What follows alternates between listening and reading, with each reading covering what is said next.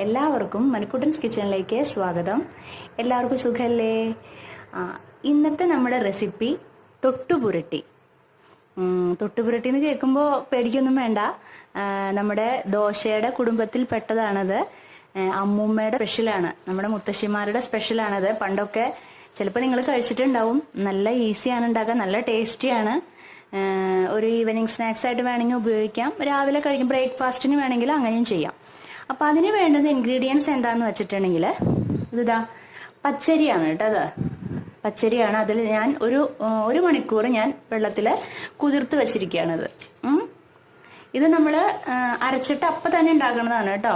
അല്ലാണ്ട് ഇപ്പം നമ്മൾ ദോശമാവ് അതുപോലെ തന്നെ ഇഡ്ലി മാവൊക്കെ ചെയ്യണ പോലെ പിറ്റേ ദിവസത്തേക്ക് പുളിപ്പിക്കാൻ വയ്ക്കുക അങ്ങനെയൊന്നും വേണ്ട. അത് അരച്ച അപ്പം തന്നെ ഉണ്ടാക്കുന്നതാണ്. അപ്പോൾ ഒരു ഗ്ലാസ് ഉണ്ടാവും പച്ചരി വെള്ളത്തിൽ കുതിർത്ത് വെച്ചിരിക്കുന്നു. പിന്നെ അതുപോലെ തന്നെ ഇത് നാളികേരം, അതായത് ഒരു മുറി തേങ്ങയുടെ ഹാഫ് ഭാഗം. ഇത് നാളികേരമാണ്, കോക്കനട്ട്. പിന്നെ വേണ്ടുന്നത് ഒരു ചെറിയ സബോളയാണ്. ചെറിയ സബോള ഇതുപോലെ കട്ട് ചെയ്ത് വെച്ചിരിക്കുന്നു. ഇതൊരു 2 പച്ചമുളക്. നിങ്ങളത് എരിവ് അധികം വേണമെന്നുള്ളവർ കുറച്ചധികം എടുക്കാം. ഇത് അധികം എരിവില്ല കേട്ടോ. ഇത് വന്നിട്ട് കറിവേപ്പില, അത് ഇതുപോലെ കട്ട് ചെയ്ത് വെച്ചിരിക്കുന്നു. ഇതെന്താന്ന് വെച്ചിട്ടുണ്ടെങ്കിൽ ഞാൻ മുരിങ്ങയുടെ ഇലയാണ് എടുത്തിരിക്കുന്നത് കേട്ടോ. നിങ്ങളുടെ കയ്യിൽ ഇപ്പോൾ ചീര ഉണ്ടെങ്കിൽ ചീര ഇടാം. മുരിങ്ങയുടെ ഇല ഇതുപോലെ ചെറുതായിട്ട് കട്ട് ചെയ്ത് വെച്ചിരിക്കുകയാണ് കേട്ടോ. അപ്പോൾ ചെറുതാണ് മുരിങ്ങയുടെ ഇല, അങ്ങനെ അധികം കട്ട് ചെയ്യേണ്ട ആവശ്യമൊന്നുമില്ല. ഓക്കെ, അപ്പോൾ നമുക്ക് ഇനി അടുത്ത സ്റ്റെപ്പ് എന്താന്ന് നോക്കാം. അപ്പം ഞാൻ ഇതാ ഒരു മിക്സിയുടെ ജാർ എടുത്തിട്ടുണ്ട്. അതിലേക്ക് ഇതാ സോക്ക് ചെയ്ത് വെച്ചിരിക്കുന്ന പച്ചരി ആഡ് ചെയ്തു. ഇനി ഇതാ നമ്മൾ ചിരവി വെച്ചിരിക്കുന്ന നാളികേരം ആഡ് ചെയ്യുന്നു.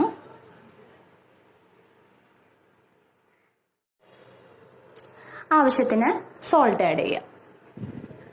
ഇനി ഇത് നന്നായിട്ട് ഗ്രൈൻഡ് ചെയ്ത്, അതായത് ഒരുപാട് അരയാൻ പാടില്ല. നമ്മളിപ്പോൾ ദോശമാവിന് അല്ലെങ്കിൽ ഇഡ്ലി മാവിന് അരയ്ക്കുന്ന പോലെ നന്നായിട്ട് അരയാൻ പാടില്ല കേട്ടോ. ഗ്രൈൻഡ് ആവാൻ പാടില്ല. അത് ഞാൻ കാണിച്ചു തരാം അതെങ്ങനെയാന്ന്. അതിനേക്കാളും കുറഞ്ഞ അരവ് മതി നമുക്ക്. ഓക്കെ, അപ്പം ഞാൻ ദേ അരച്ചെടുത്ത് വന്നിട്ടുണ്ട്, ഗ്രൈൻഡ് ചെയ്തിട്ടുണ്ട്. അപ്പം നമ്മൾ ഗ്രൈൻഡ് ചെയ്യുമ്പോൾ ഞാനൊരു കാര്യം പറയാൻ മറന്നു. കുറച്ച് ജീരകം ചേർത്തോളൂ കേട്ടോ. ഒരു 4 മണി ജീരകം കൂടെ അതിൽ കൂടെ ചേർത്തിട്ട് വേണം ഗ്രൈൻഡ് ചെയ്യാൻ കേട്ടോ. അപ്പം ഇതിൻ്റെ അരപ്പ് നോക്കിക്കോളൂ, ഇതാ ഇതുപോലെ ഇരിക്കും. ഇങ്ങനെ ഇരിക്കണം കേട്ടോ. ഓക്കെ, ഇനി എന്താ ചെയ്യേണ്ടതെന്ന് വെച്ചിട്ടുണ്ടെങ്കിൽ നമ്മൾ ഇവിടെ കട്ട് ചെയ്ത് വെച്ചിട്ടില്ലേ, സബോള, അതുപോലെ തന്നെ മുരിങ്ങയുടെ ഇല, പിന്നെ കറിവേപ്പില, അതുപോലെ പച്ചമുളക്, ഇതെല്ലാം ഇതിൽ കൂടെ ആഡ് ചെയ്യുക. എല്ലാം ആഡ് ചെയ്യുക.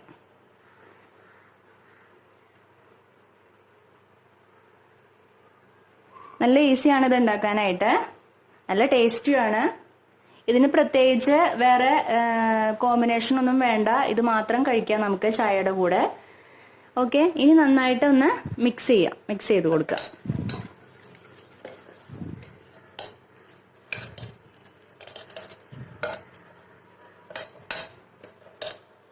ദാ കണ്ടില്ലേ?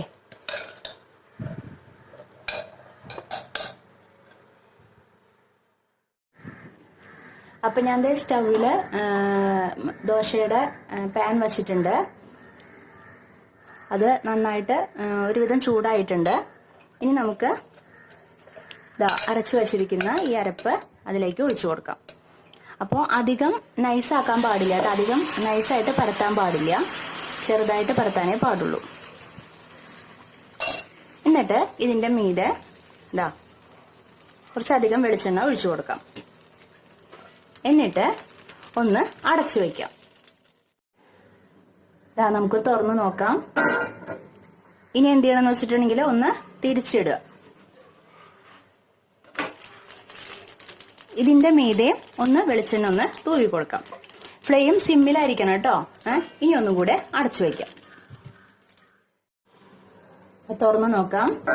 ഇനി നമുക്ക് ഇത് പാത്രത്തിലേക്ക് സെർവ് ചെയ്യാം.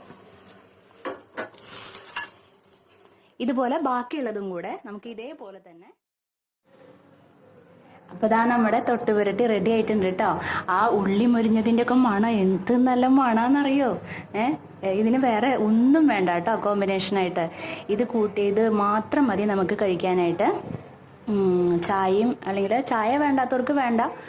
ഇപ്പോൾ ഇത് രാവിലെ ഉണ്ടാക്കണമെങ്കിൽ രാവിലെ ഉണ്ടാക്കാം, ബ്രേക്ക്ഫാസ്റ്റ് ആയിട്ട് ഉപയോഗിക്കാം. അതല്ലെങ്കിൽ കുട്ടികൾ 4 മണിക്ക് സ്കൂൾ വിട്ട് വരുമ്പോൾ നിങ്ങളിത് ഉണ്ടാക്കി കൊടുത്തോളൂ. ഇപ്പോൾ ചീരയൊക്കെ ആകുമ്പോൾ, ചീര മുരിങ്ങയിലൊക്കെ ആകുമ്പോൾ കുറച്ചും കൂടെ ഹെൽത്തി അല്ലേ ഇത്.